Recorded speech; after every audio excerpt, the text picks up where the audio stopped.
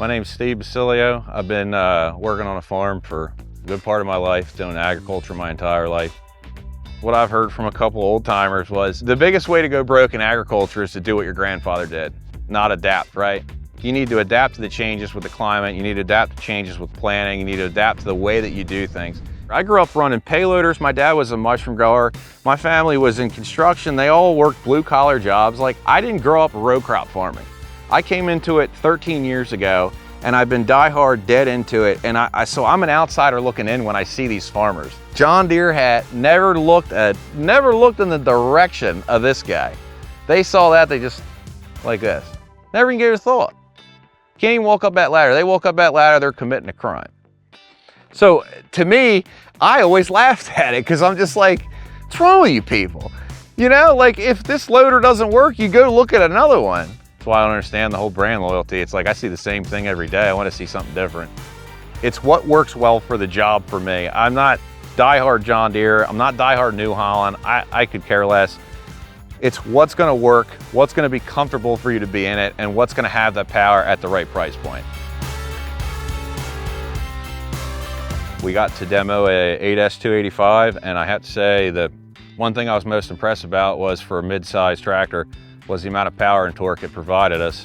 When we ran them side by side, that Massey would drag. I'm talking, wet soil. We were running the 23-foot Salford, 3-inch depth, tacky soil. To get that type of power and that type of price range, when you're talking 8R John Deeres and then you go to an 8S Massey, it's pretty crazy and people are gonna think you're out of your mind, but it's the truth. And if you don't believe it, you gotta get in one and try it. We have a 6S 145, which would be the smallest, I think is the smallest Massey's lineup where you can still get a CVT transmission. So that's what we went with because we want to do it for a variety of applications. But the major reason why we looked at Massey was price point.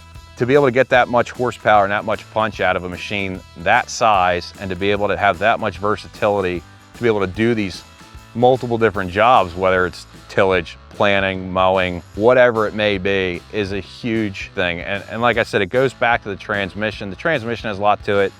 Comparable to an IVT on a Deere, it was night and day difference. The Masseys, even down to the small ones like our 6S, that transmission is consistently the same up to the 8S. Whether it's a 285 or a 305, it's unbeatable, I mean, for me. The guys like it on the farm. It hasn't been too hard of a changeover. The guys like having a foot throttle, having the options, having the joystick, being able to program everything, have it right at your fingertips.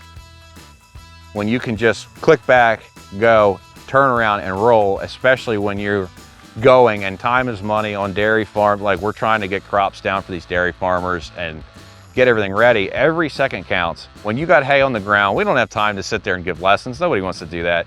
So to be able to just say, look, there's a parking brake, flip the reverser up and go. They just went.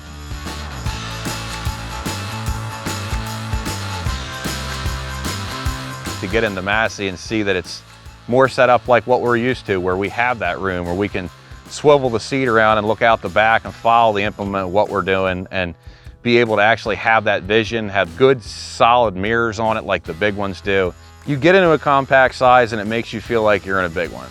Massey has done a fantastic job, I think, of making it feel like home for us, but being able to make that jump into a new color and a new experience and enjoy it. Like I said, if they don't believe me, drive one.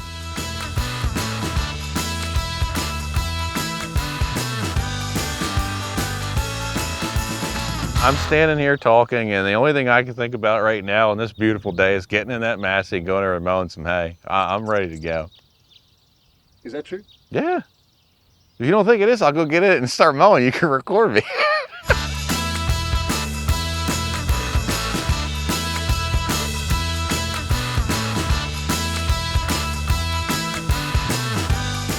You think I get tired of mowing, but I never do.